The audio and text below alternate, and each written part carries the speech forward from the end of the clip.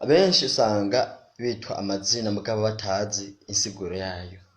Kenshi na kenshi birakunda kudushikira. Twebwe rero twaje kubakemura ico kibazo.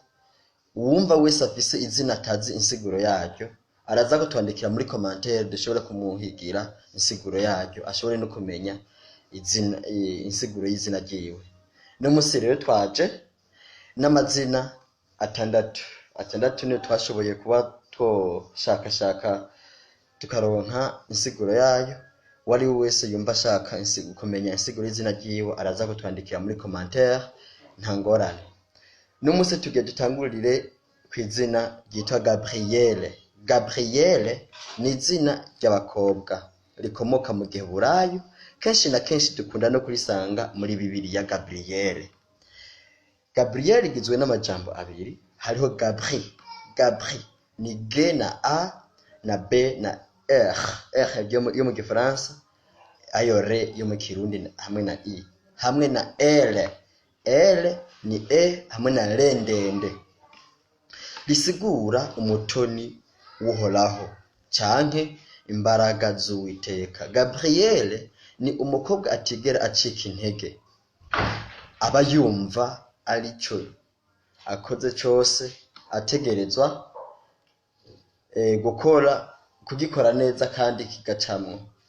Ntiyigera acika intege mu buzima bwiwe. Ni umuntu ni wa muntu ataco yikunda cane. Oya kweri ba Gabrielle nta kintu bikura, yego nta kimuvako. Gabrielle ni wa mukobwa aba yumva yo kwigenga akora ivyiwe ku giti ciwe, ata muntu yiriwe arasaba ubufasha. Izina rigira kabiri ni Fatima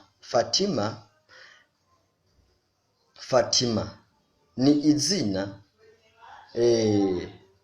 ry'abakobwa naryo nyene rituruka mu Carabu, mu rurimi rw'Icarabu, risigura umwana acutse kw'ibere. Umwana acutse kw'ibere arangwa n'ukworoherana n'igishika.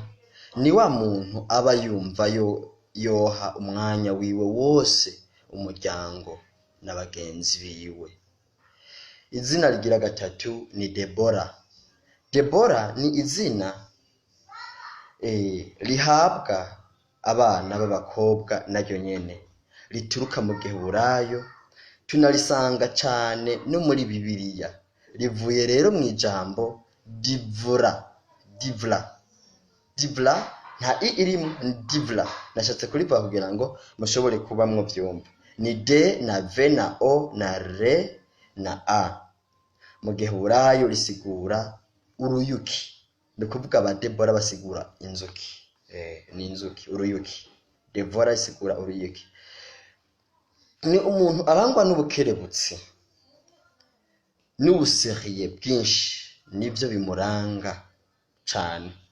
Kandi ni wa muntu w'umukozi wabigize umwuga. Ivyo akoze vyose aba yumva iyo bikora ku buryo ukibonye avuga ati uyu muntu kweri ivyo yakoze abikoze avyumva.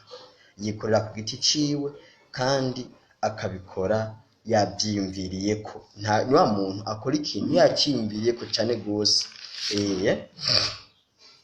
Hanyuma izina rigira kane ni Adamu. Kandi dukunda kumva muri Bibiliya rikomoka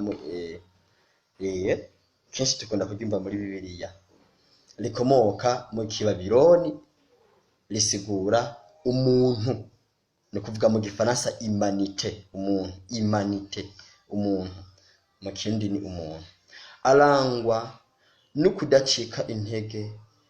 Ni wa muntu akorana inguvu, kandi ni wa muntu yama yitandukanya n'ico kintu cose bitandukanye n'Imana. Yama hari hose yiyegereza Uwiteka, kuko aba ari we aba yiringiye. Ivyingiro vyiwe vyose babiri ku Uwiteka. Izina rigira gatanu ni Rebeka ni izina ry'abakobwa rivuye mu ijambo Rivka. Ni R y'ikirundi na I na V na K na A. Rivka risigura ubuhaze uhaze ni kuvuga umuntu yafunga agahaga, uhaze canke uwuhimvye. Arangwa n'ukwibwiriza atawiriwe amubwiriza ico gukora. Ni wa muntu arangwa na volontaire, wenyene ubwiwe aribwiriza ku giti ciwe, kandi ico akoze agikorana imbaraga. Ni wa mugore aba abona ibintu vyose mu ruhande rwiza, ni navyo bituma ashika ku ntsinzi yiwe. Ku ntsinzi yiwe ni kuvuga imigambi yiwe ategereza kuyishikako, we wakira kuyishiramwo gusa, nta kindi. Yego, kandi aba yumva intsinzi yo yishikako ku giti ciwe atawe yiriwe arasaba ubufasha. Ni wa muntu arangwa n'inguvu ngo twavyumvise. Izina rigira 6 ni David. David ni izina ry'abahungu, rivuye mu ijambo ry'igiheburayo Dawudi. Ni D na A na O na U na D, Dawud, risigura chéri ou aimé de Dieu. Chéri musanzwe mukizi, chéri ni umukunzi, umuntu ukunda, umukunzi w'Imana canke umutoni w'Imana. Tukivuge neza, umutoni w'Imana ni umugabo canke umuhungu arangwa n'ubusabane, arabanika cane muri societe. Uburyo atwenza n'uburyo kandi aba ari serieux, n'umuntu atwenza kandi aba ari serieux.